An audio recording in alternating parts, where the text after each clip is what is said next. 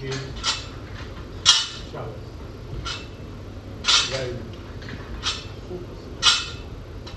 نصیب دی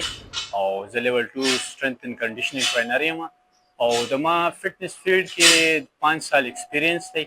او اولمپیا فټنس کلب کې د ما یو نیم کال برابرېږي چې زه دلته شاپ شوی یم او الحمدلله په سلو نه زیاته لکان موږ ته راځي او موږ سره ټریننګ کوي دې کې د انټرنیشنل پلیران کرکټر سایډ ته فوټبالر هم وي بوکسران هم وي هغې ته موږ ټریننګ ورکوو د سټرینث او کنډیشنینګ څومره ضرورت دی د جنرال فټنس وي او د سره خو فټنس د عام انسان لپاره څومره چې خلک دي زموږ معاشره کې هغې لپاره خو کم از کم 30 نه 35 منټ ډېر زیات ضروري دی او زیاتره د کوم هلکان چې ما سره آنلاین انټرنیشنل سټوډنټس دي کوم چې یو کې کې دي یو اے ای کې دي نو هغوی ته هغوی ماحول داسې دی چې د هغوی هر یو کس اکسرسایز کوي بهر فورن کنټریز کې او دا ټرند به انشاءالله دلته هم راولو کوشش هم دی او موږ به دا سوسایټي ته دا ډېر زبردست پیغام ورکوو چې تاسو ټول خلک راشئ چې دلته نشئ راتلی نو بهر هم گیم کولی شئ تاسو ګراونډ تاسو لپاره نو خپل وخت مه ضایع کوئ د هسپتال نه تلل نو بهتره دی تاسو خپل ځان لپاره ورزش وکئ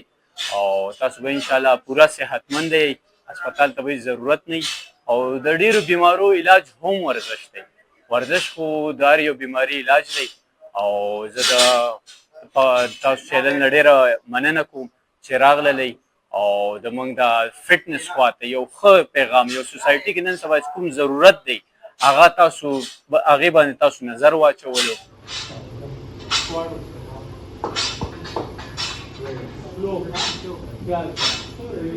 زما نوم ملیدات ده او زه د افغانستان اوسېدونکی یم او فی الحال اوسېږم په پاکستان کې نو پېښور بور ناصر باغ روډ کې او زه چې د بوکسر یم نو دلته راځم حسیب فټنس کلب ته اولمپیا کلب ته دلته فټنس کوم نو 15 شپږ میاشتې مې کېږي چې دلته فټنس مې شروع کړی د استاد حسیب سره ماشاءالله ډېر ښه استاد ده موږ سره ډېر محنت کوي د زړه نه